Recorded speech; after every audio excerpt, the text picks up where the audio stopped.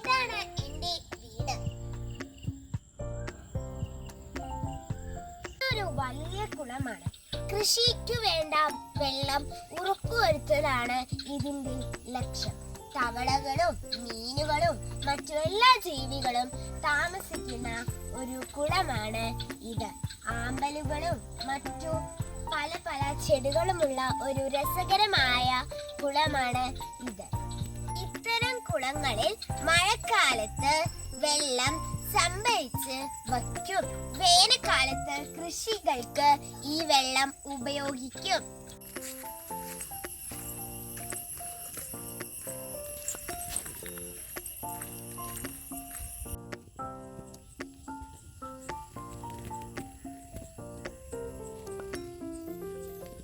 കുളത്തിൽ നിന്ന് കൃഷിയിടത്തേക്കുള്ള വെള്ളം പോകുന്ന കാഴ്ചയാണ് നമ്മൾ ഈ കാണുന്നത്. കുളത്തിനടുത്തായി ഒരു വലിയ കുന്നും നമുക്ക് കാണാം.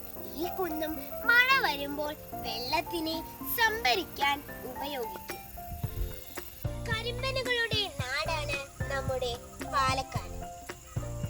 പാലക്കാടിൽ കരിമ്പനകൾ ഇല്ലാത്ത സാഹചര്യമാണ് നമ്മളിപ്പോൾ കാണുന്നത്.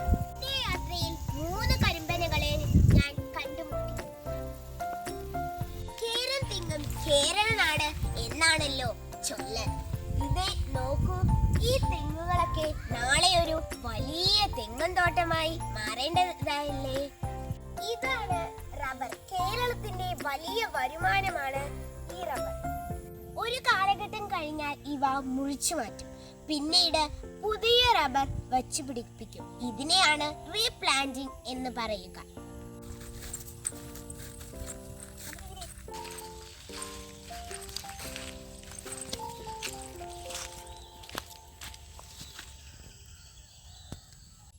ഇതൊരു സൗരോർജ വേലിയാണ്. വന്യമൃഗങ്ങളിൽ നിന്ന് കൃഷിയെ സംരക്ഷിക്കാൻ ഇത് ഉപകാരപ്പെടും. ഇതൊരു വലിയ കൃഷിയിടമാണ്. ഒരു സൈഡ് കപ്പയാണെങ്കിൽ മറ്റൊരു സൈഡ് ചീനയാണ്. അങ്ങ് ദൂരെ വാഴ കൃഷിയും നമുക്ക് കാണാൻ കഴിയും. ഇതാ ഇവിടെ നോക്കൂ, വലിയ കൃഷിത്തോട്ടവും ഉണ്ട്. പയർ, വെണ്ട, വഴുതനങ്ങ എന്നിവ എല്ലാം ഇവിടെയുണ്ട്.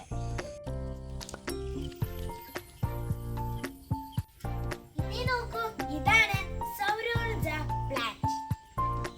പകൽ സമയത്ത് സൗരോർജത്തിൽ നിന്ന് വൈദ്യുതി ഉണ്ടാക്കാൻ ഈ പ്ലാന്റിന് കഴിയും.